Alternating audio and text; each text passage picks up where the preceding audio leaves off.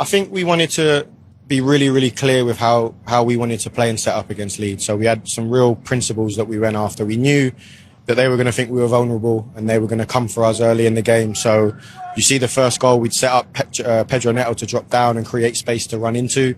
We wanted to give Rob the option to go direct and not always have to play through. Even the first goal kick we kicked, because we knew we were in a bit of a vulnerable place. So we wanted to take that pressure away from them. And then in the second phase, when it drops and they're in more of a back five, we can start to take control of the game. And was the idea to pin that? Because we spoke about that from a Leeds point of view, they had to change something at half-time because you were really pinning that five and you were dominating possession because you had the overload 7v5, yeah? Yeah, exactly. So we knew that they were at their most dangerous when we had deep possession because they were going to come man for man. So we wanted to negate that by going longer, force them, create a bit of fear in them because we've got athletes in our top line. And then once they dropped, we got space to play. And I thought Enzo's positioning was brilliant where he was just pulling wider and pinning the right winger. So we had a spare man in the build and we took control of that and really pleased with how they carried it out. Can I ask you about Enzo Fernandez? Because he was brilliant for you when you took the job last time. I thought he was outstanding today. Is it great having a leader like that in your team? He seems like he's one of them sort of players that can he takes what the manager wants and gets it on the pitch. I think it's a really good point. He can definitely do what you want from a tactical perspective. But I think today the most impressive thing about him was when the tactics went out the window and Leeds got on top.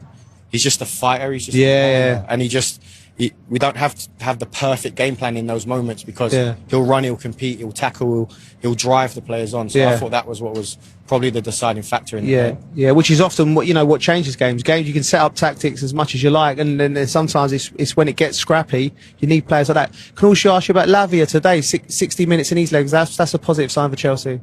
Yeah, massive. He's been coming back slowly. He had a lot of injuries, obviously. I've known Romeo for a long time. I worked with him 5 years ago at Manchester City, so I know his level, I know his talent. We've also got Andre Santos, so it was a tough call. We've got Dario Sugo. We've got a lot of talent in those positions. Enzo can play there. But I'm really happy for Rom today because it's been tough for him, and I do think in that first half, him and Moy were exceptional. Yeah, I found having somebody like Joao Pedro up top, he gave you lot so much, held the ball up really well when there were tricky passes coming into him. He occupied the 3 centre-halves for Leeds United in the first half especially, and then the 2 in the second half. That must be relieving, just to have somebody like that in your starting 11. Well, you've played there, so you know how important it is, especially against teams like Leeds where they're going to come for you. And I felt like whenever they were aggressive, we had an outlet just to go in. And his quality on bouncing balls or half sets, I thought was exceptional. And yeah, he nearly scored a great goal as well, hit the post. So it was really good to have Joao back. But that being said, Liam's done a good job for us over the last 2 games, and it's nice to have 2 that you can rely on. And I just felt like with the way the game was going in the second half that I didn't want to make too many changes, and we stretched Joao for as long as we could. Callum, you've got just under 3 weeks now until the final. You know Man City. You've actually, when you were originally at the beginning, what was it, in January, taking over, you were against Manchester City. You managed to get a draw out of that one as well. So can I almost say, like, you come with a plan? You kind of know Man City aren't this kind of entity that you don't think you can beat. Yeah, you can come with a plan, but they're an unbelievable side. We'll always have a plan for every game we play. So will the opponents, and they're an exceptional side in really good form. So it's going to be a massive challenge, but I think there's something about this group that the bigger the game, the tougher the opponent and the circumstance. They seem to raise their level. We saw that against PSG in the Club World Cup. We've seen that numerous times this year. So we need to get the plan right, but also, like I said, that you can't always get that right against top teams. So it's more about the character. We've got to talk about Chelsea, your team. Yeah. Where's your head at the moment with what's going on?